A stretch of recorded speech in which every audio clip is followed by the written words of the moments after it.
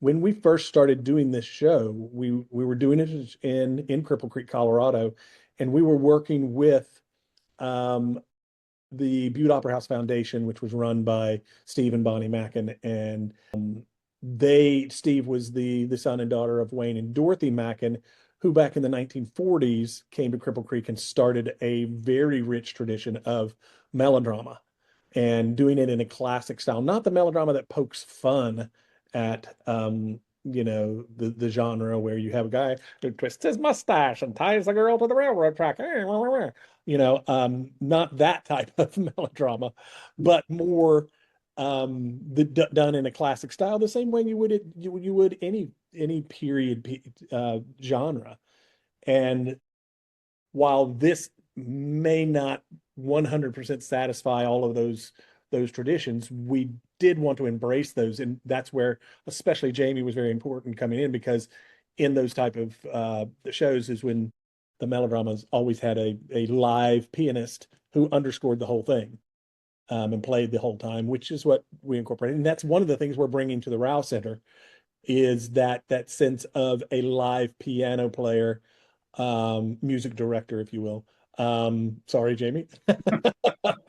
who Appreciate will it. play throughout the whole thing, and is incorporated. He's going to be on the stage playing, the same as they would have in the old melodrama houses, which is sort of just to get it all back to where we began, if you will.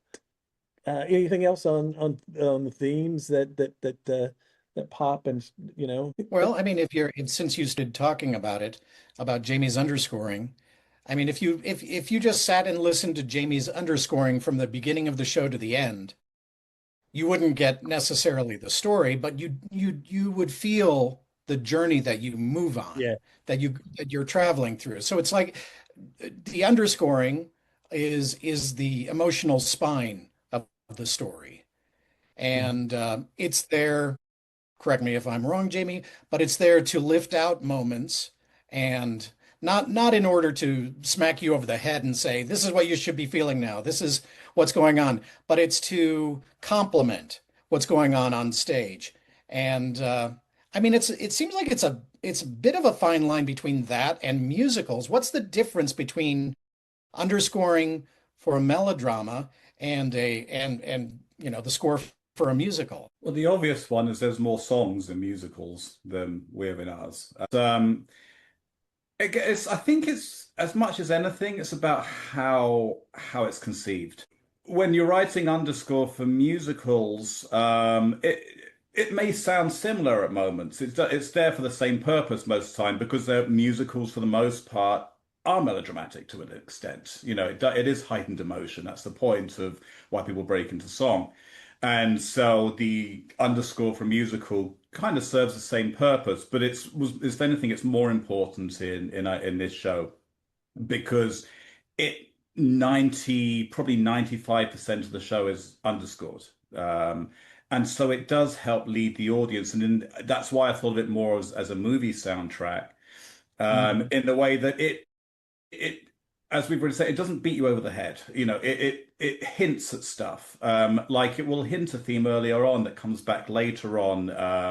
In the same way that happens with movies. You start hearing themes and relate them to characters on stage. It just helps the audience along with the journey, and it lifts the emotions of what's happening, from something that can be quite flat to something that's, I think, fully rounded.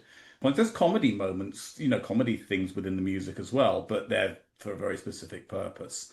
But very much the music is the biggest compliment I can get when people see this show is if people come away at the end of it and go, I know there was music, but I didn't really think about it at the time. That's when I know that it's worked.